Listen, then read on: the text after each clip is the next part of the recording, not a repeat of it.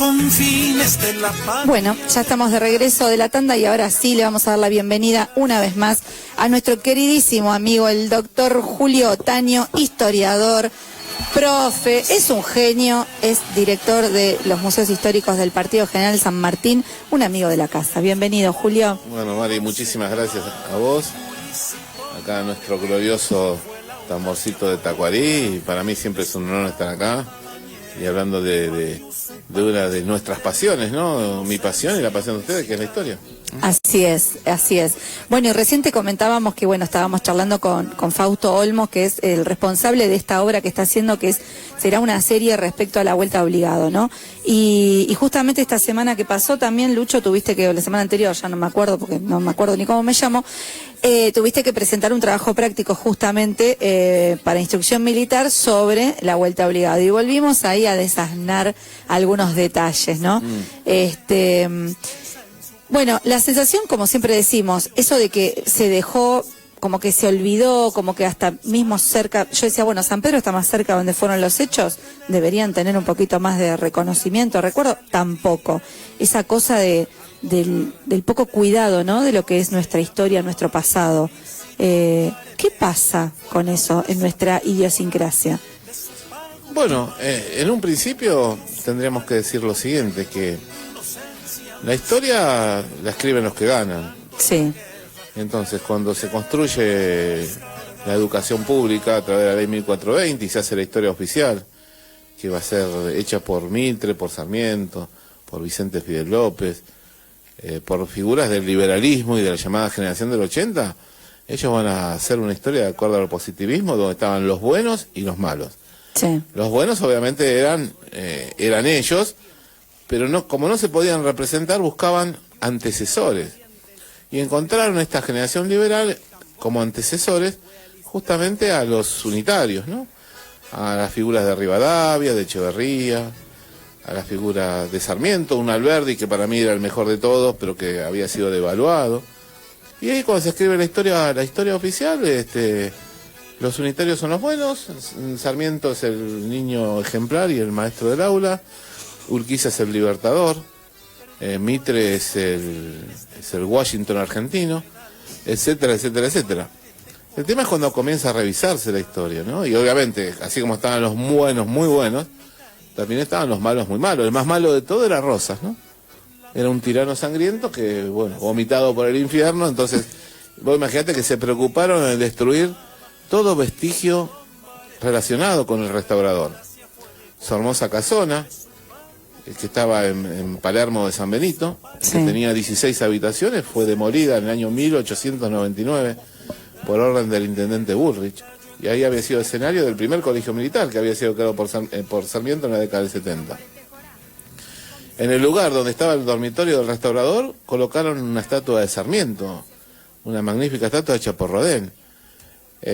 Donde estaba la casa de los Dorrego, digamos de la cuñada de Manuel Dorrego, se colocó la estatua de Lavalle, justamente que fue quien ordenó su fusilamiento. Entonces, se realizó, como se hace siempre, y que no tiene que hacerse, política con la historia.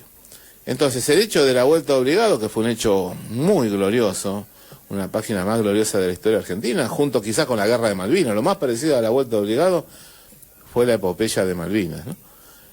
Pasó a ser solamente reconocida a partir de la década de 1930, la obra de Saldías y de Quesada había sido olvidada, dejada en la penumbra, a partir del 30, cuando surge el revisionismo nacionalista, en un comienzo un nacionalismo católico, había muchos militares, Carlos Ibarguren, Julio y Rodolfo Irasusta, Ernesto Palacio, comienzan a investigar la política exterior de Rosas y concuerdan en que había sido una política exterior soberana. Y sacan a relucir cosas que la historia oficial había ocultado, como por ejemplo la primera guerra contra Francia, entre 1838 y 1840, y la guerra contra Francia e Inglaterra, que es entre 1843 y 1849, es decir, hasta también han ocultado guerras internacionales, ¿no? Claro. Y un hecho como Vuelta Obligado, que era un ícono en su momento, y que fue reconocido por todo el mundo, estaba oculto. Porque después de Obligado, te voy a decir, hay una carta de San Martín, dirigida a Guido. San Martín estaba en el exilio en Boulogne-sur-Mer, y le dice: me enteré de la acción de Obligado, qué coraje, qué honor. Ya habrán visto los imperialistas que los argentinos no somos empanadas que se comen en un abrir y cerrar de boca. Solo con abrir la boca. Y es por eso que en su momento, cuando San Martín hace su testamento, parte su vida en dos. Su corazón quiere que descanse en Buenos Aires y le va a legar su sable al restaurador. Exacto. Porque él consideraba que esta guerra era de tanta importancia como la guerra que él había sostenido contra los españoles. Entonces ahí comienza a reivindicarse ese revisionismo que en su momento no fue tenido en cuenta por el general Perón. Y después de la caída de Perón, se habían construido un monolito ahí en Obligado, ni siquiera se comenzaba a festejar. Vos imaginate que José Mármol, por ejemplo, que era un poeta también de esta generación, un poco anterior a la generación del 80, decía que la América no va a recibir jamás las cenizas de los huesos de Juan Manuel de Rosas, que estaban en Gran Bretaña, en Southampton. Cómo ellos han tergiversado, cómo han manejado la historia. El tema es que después de la caída de Perón se comenzó a enseñar en Argentina una materia que se llamaba construcción de la ciudadanía. Y ahí se hablaba de la primera tiranía y de la segunda tiranía. Y esto fue algo impuesto por el almirante Rojas y por el general Aramburu. Entonces, el pueblo peronista, que había ganado todas las elecciones, Perón ya estaba exiliado en América Central, estaba en Venezuela, comenzó a preguntarse si el peronismo fue la segunda tiranía y Rosas fue la primera tiranía. Evidentemente Rosas no era tan malo. Y ahí aparecen figuras del llamado nacionalismo popular. Ahí toma mucha trascendencia José María Rosa, un abogado que fue un militante, digamos, del revisionismo. Figuras como Fermín Chávez, como Alberto Escurra Medrano, como Ricardo Fon Escurra. Aparece Jorge Abelardo Ramos desde la Izquierda Nacional. Es decir, aparecen un grupo de historiadores más jóvenes que reivindican ese revisionismo y que lo relacionan con la llamada línea San Martín Rosas Perón. También hacen política, ¿no? Porque un poco quieren comparar a Rosas con Perón. Pero es lo mismo que había hecho la historia oficial. Siempre una posición en historia implica subjetividad. Porque el historiador es preso de su época, pero también es preso de su ideología. Sí. Aquel que es nacionalista, yo soy nacionalista. Soy un nacionalista, soy democrático. Yo reivindico esa idea patriota. Yo creo que querer tu patria es querer tu tierra, defender la soberanía es defenderte vos mismo. La felicidad del pueblo, todas esas cosas son ideales que yo defiendo. Pero nosotros no podemos comparar épocas distintas. Ni Rosa se parecía a Perón, ni Perón se parecía a San Martín. Cada uno ha vivido en una época distinta, en coyuntura distinta. Exacto. Y cada uno ha sido distinto. Entonces, exacto, uno puede hablar de una línea, supuesta línea histórica. Una vez creo que lo hablamos con vos. Cada uno va a tener su posición. El problema es, primero, cada posición tiene que estar bien sustentada heurísticamente. Se tiene que estar avalado por documentos que certifiquen que lo que uno está diciendo en los que se base, claro, tiene un sentido científico. Y segundo, ser respetuoso de las otras posiciones. Hay veces, no hay nadie que te pueda decir la historia es una sola y la historia es científica. Sí, la historia puede ser científica, pero objetiva no es. Porque cada uno va a defender su posición.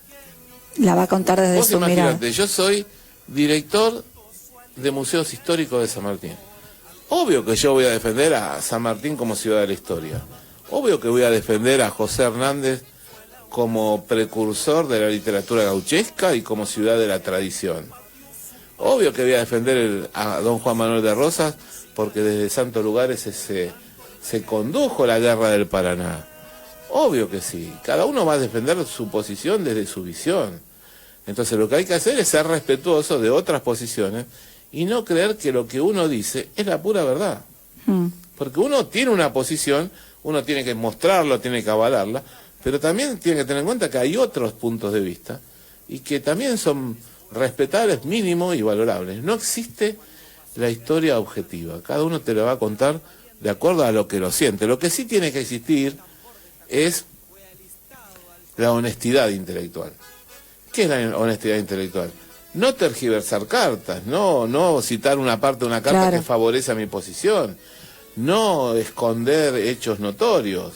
No mandar frases y firmarla como que son todas frases de San Martín, todas frases de... Eso es terrible, uno ve, Sí. yo veo en San Martín o veo frases de Rosa y digo, esto es un verso. Eso no lo dijo Rosas. ¿De dónde salió? ¿Dónde salió? Claro. O eso no lo dijo San Martín. Mirá que Claro. yo soy un lector increíble de cartas y sigo estudiando y sigo leyendo. Entonces, la vuelta obligado es un hecho que a partir de 1973 comienza a ser defendido después del regreso de Perón, ¿no?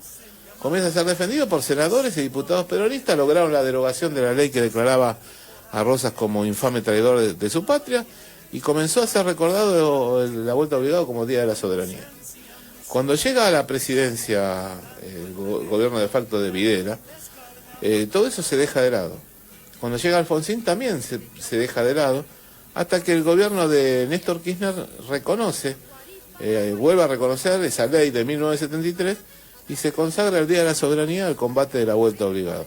Que se habla de combate, pero fue una señora batalla, porque la batalla es algo decisivo. Sí.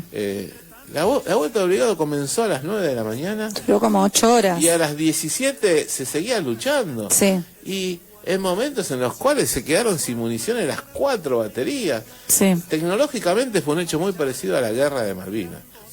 Pero obligado fue la primer batalla o el primer combate. Imagínense que se encontraron de pronto una ciudad flotante, casi 16 barcos de guerra, de última tecnología, de vapor, con obuses Painzas, cañones de grueso calibre, y que escoltaban 80 buques mercantes que buscaban usar el río Paraná como una ruta de vía comercial. Que era lo que se venían disputando hace un montón, que de era... vía comercial. Ellos, Exacto. tanto Gran Bretaña como Francia, ellos se protegen sus ríos, son de ellos. Claro. Pero ellos declaran unánimemente la liberación del resto de los ríos. Y los ríos el río Paraná pertenecía a la soberanía argentina, y el río Uruguay pertenecía a la soberanía de Argentina y del Uruguay, con el cual había una relación de federación del Plata. Entonces, obligado fue una hazaña obligado. Los que luchan son el regimiento de patricios, el regimiento 2 y el 4 de patricios, que tenía un jefe indómito, increíble, se llamaba Ramón Rodríguez. Porque hay una carta de años posteriores de un oficial británico donde dice, quiero, digamos, va a dar una bandera de guerra, va a devolver una bandera de guerra, Sí. en honor a que tuvo el regimiento de patricios que dejó lo que no Y tenía. que si estaba muerto se lo dejaba a la familia, pero él quería Exactamente. devolver la bandera Él quería devolver por la el bandera. valor con el que habían peleado. Y los que habían lucharon ahí, ¿no? Porque Sí. ahí estuvo, bueno, el que conduce... La guerra del Paraná, porque vuelta obligado es la primer combate de lo que fue la guerra del Paraná. Sí. Esto es la guerra del Paraná. Inclusive estuve en el colegio militar hace poco y se lo reconoce como guerra del Paraná. A mí me causó mucho placer conocer, porque yo no conocía el colegio militar. Sí. Y me gustó mucho el patio de armas, me encantó el colegio militar. Y ahí se reconocen todas las batallas de la guerra del Paraná, que fueron San Lorenzo, Tonelero, Acevedo, y la más importante, 4 de junio de 1846, la Angostura del Quebracho. Fue una gran victoria argentina sobre la escuadra anglo-francesa. Ningún barco quedó sano. Sí. Se condujo desde acá, desde Santos Lugares. De donde está el museo, Rosas condujo la guerra, ahí dirigía el abastecimiento de caballos, el tema de los cañones, las cadenas, que digamos que van a colocarse sobre 20 lachones y que van a intentar detener el paso de estas cuadras, se hacen acá en Santos Lugares de Rosas.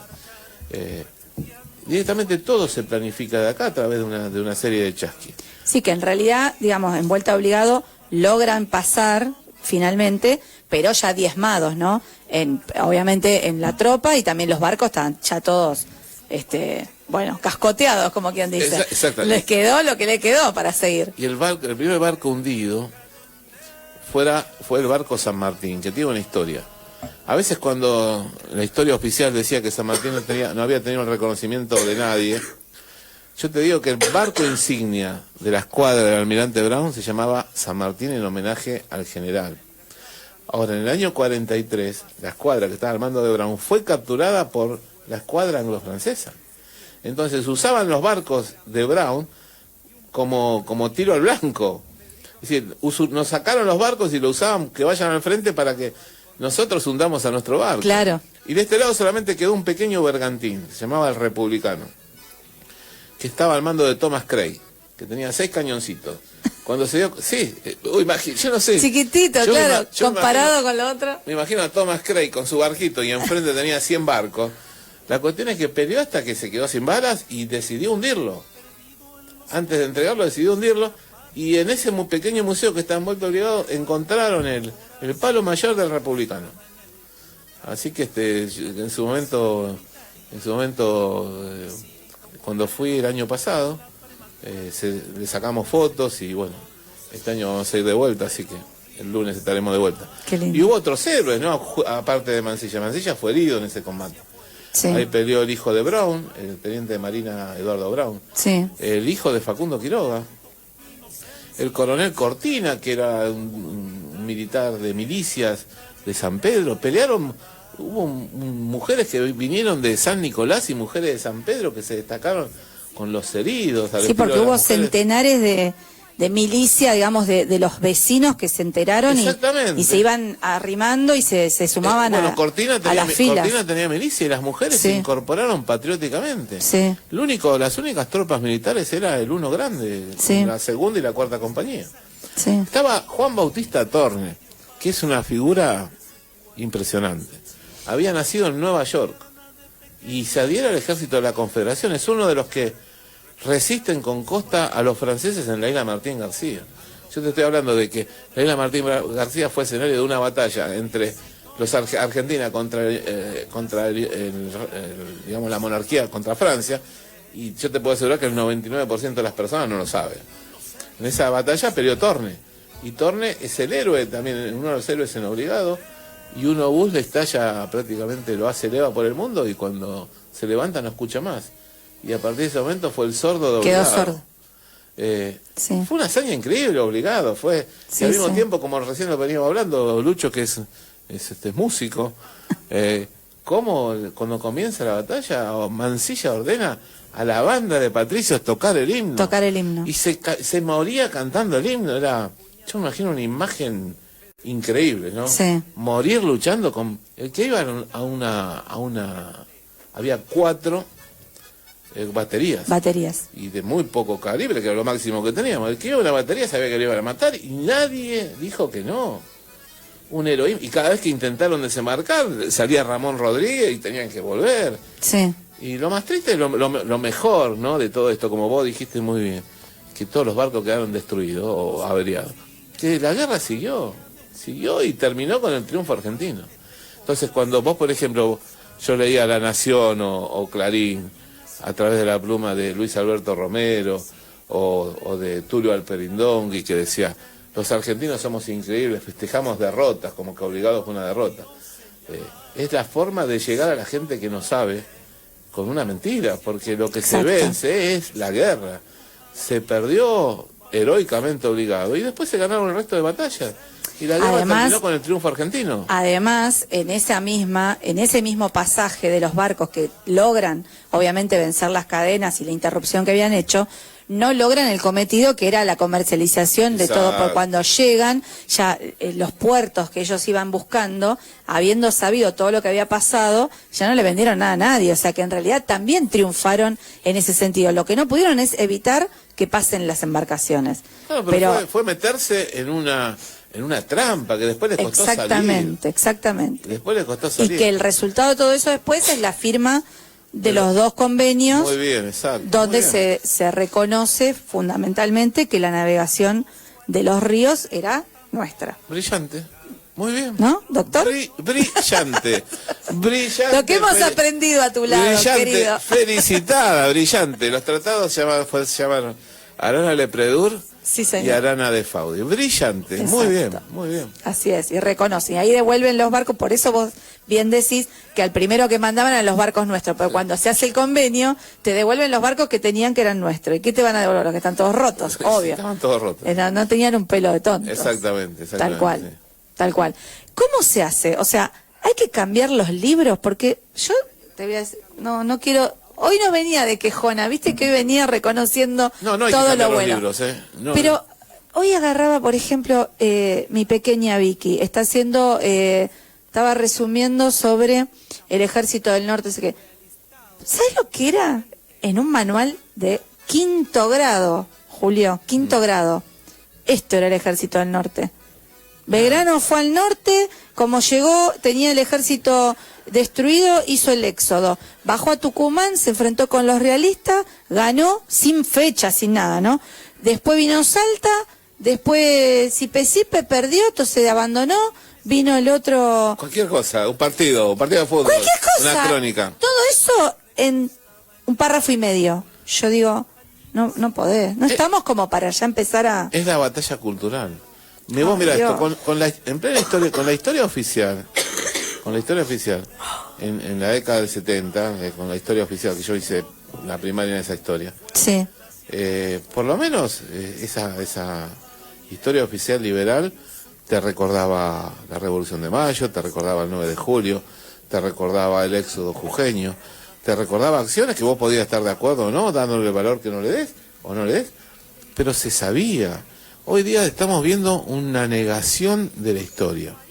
Es como que no se enseña historia, se enseña pero ¿cómo historia. hacemos para que los chicos... Los profesorados, vos tenés que ver lo que son los profesorados, los programas de los profesorados. La importancia que se le da de historia en un profesorado de historia es nula, es escasa. Yo tengo personas muy allegadas a mí que están en profesorados y que son personas muy inteligentes, son personas que están muy preparadas y que están limitadas ante programas y ante el mismo docente que no le están dando nada. Entonces, si estamos viendo que los que están, el nivel de las personas que están egresando es bajísimo, y vemos que la escuela secundaria se trata poco y nada, y vemos que la escuela primaria está igual, es un problema educacional, un problema cultural. Lo que tenemos que volver es a esto, a ver, yo tenía la edad de Ed y yo era como él, yo leía historia, de pronto mi pasión era la historia y yo me leía todo, y lo leía a Mitre, y lo leía a Vicente Fidel, leía a Levene, porque yo comencé conociendo la historia oficial y la historia liberal, lo leía todo, pero lo leía. Hoy día leer cuesta muchísimo.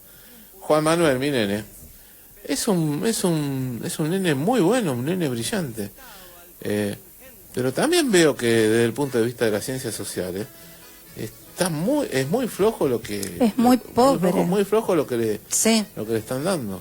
Es lo que vos me dijiste. Exactamente. ¿Cómo hacemos? Hay que dar batalla. Yo creo que hay que dar la batalla cultural. Sí. Y si vos no conocés tu historia, vos no podés comprender tu presente, ni tener pautas con el futuro. Pero es mi tema de estos días. Lo estuve viendo, lo veo a mis alumnos en secundaria. Pero cuando yo di clases en UBA, en Derecho, veía que también personas que estaban a punto de recibir abogados de historia argentina no sabían nada. Nada. A ver, esto que recién vos dijiste muy bien, yo estoy seguro que hablas con estudiantes universitarios y estos temas no lo saben. Entonces tenemos que volver sobre esa base del conocimiento de la historia, pero no que la historia sea aburrida. A mí me gusta explicarla, me gusta razonarla y me gusta ser didáctica. La didáctica también es muy importante. Vos a un pibe no le podés decir estudiar tal página. Vos tenés que tratar de explicar, tratar de motivarlo. Es que es tal cual, por experiencia, por todo lo que venimos viviendo junto a él, cuando vos entendés, o sea, en un primer momento, como siempre decimos, la coyuntura, ¿no? El esquema, cómo era ese escenario donde sucedían los hechos. Exacto. Y de ahí empezás a razonarlo. No hace falta ni que te acuerdes, después te vas a acordar solo cómo fue, porque todo te va concatenando por cómo fueron los acontecimientos. Si a vos te dicen el 24 de septiembre de 1812 fue la batalla, bueno, ¿qué pasó? ¿Entendés? Las pequeñas anécdotas, esas cosas que enriquecen el relato, ¿viste? Las langostas en las batallas, ¿viste? De Belgrano. Parece una pavada, pero vos te pones en un contexto que como que lo visualizás diferente. Claro. Hay maneras de dar la historia. Cuando vos sabés, ni siquiera lo tenés que preparar. Yo estuve en un congreso en Corrientes, ¿no? Que había ido con Claudia, fuimos a un congreso en Corrientes.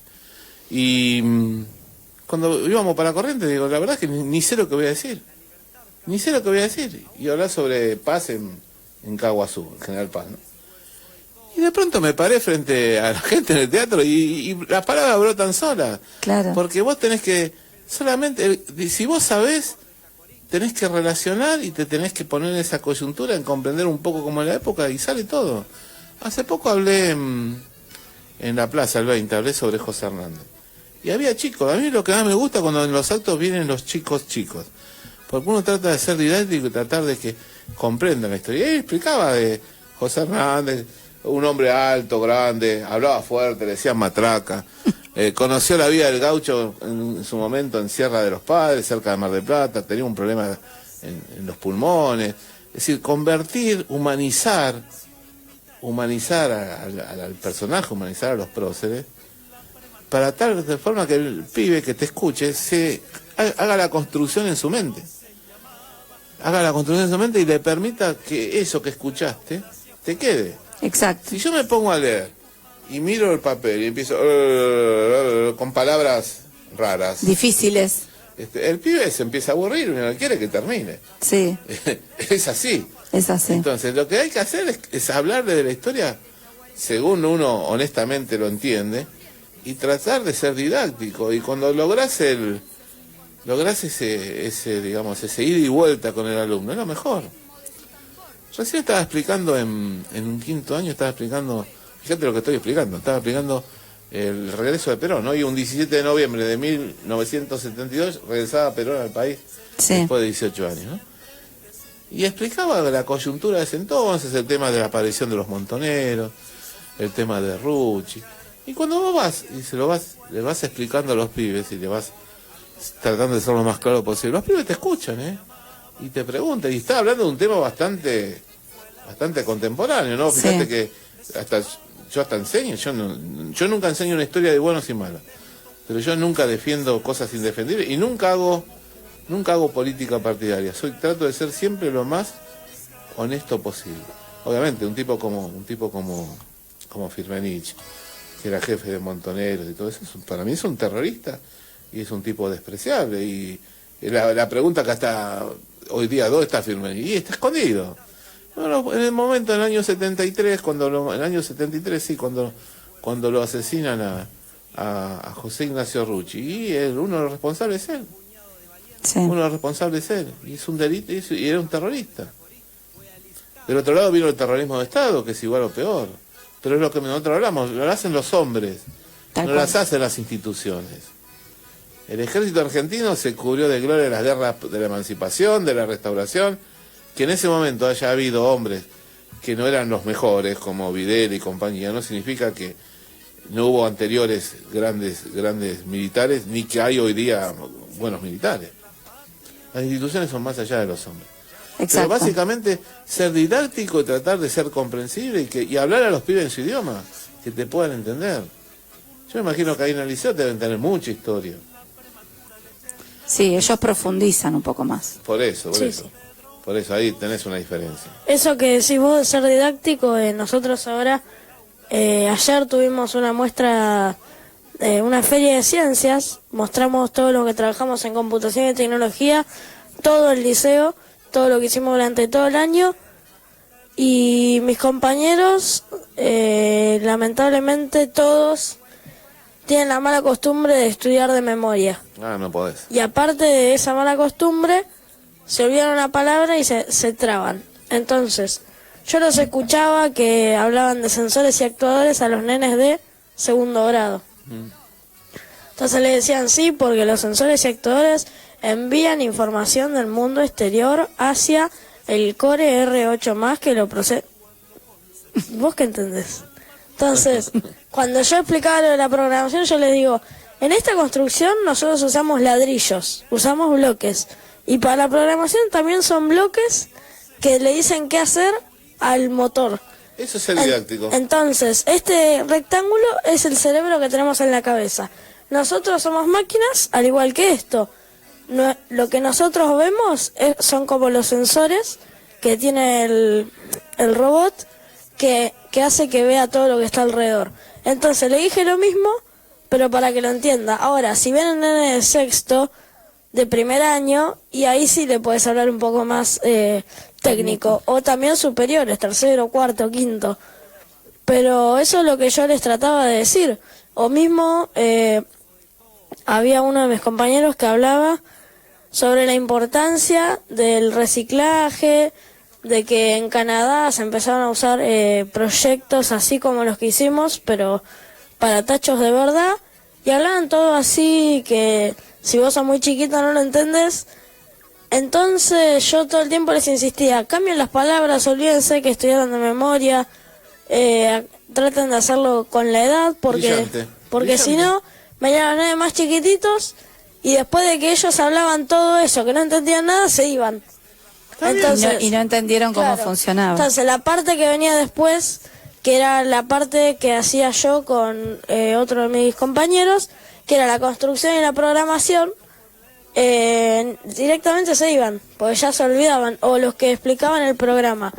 Nosotros estudiamos, nuestro manual es sofisticado, si así le quieren decir, porque es más técnico para que nosotros podamos aprender, porque ya tenemos 13, 14 y más de uno ya cumplió 15 también. Pero antes de empezar siempre les dije, concéntrense en la edad y en la atención, porque es eso que vos decís también, si nos ponemos a leer el libro el nene se aburre, entonces hay que ser activo. Cuando yo le decía, porque esto es lo que hace que se levante la tapa, y le decía, ¿quién pone el dedo? Entonces empezaban a pelear, que se empujaban, que se reían, que los elegía yo, para que levanten la tapa, claro.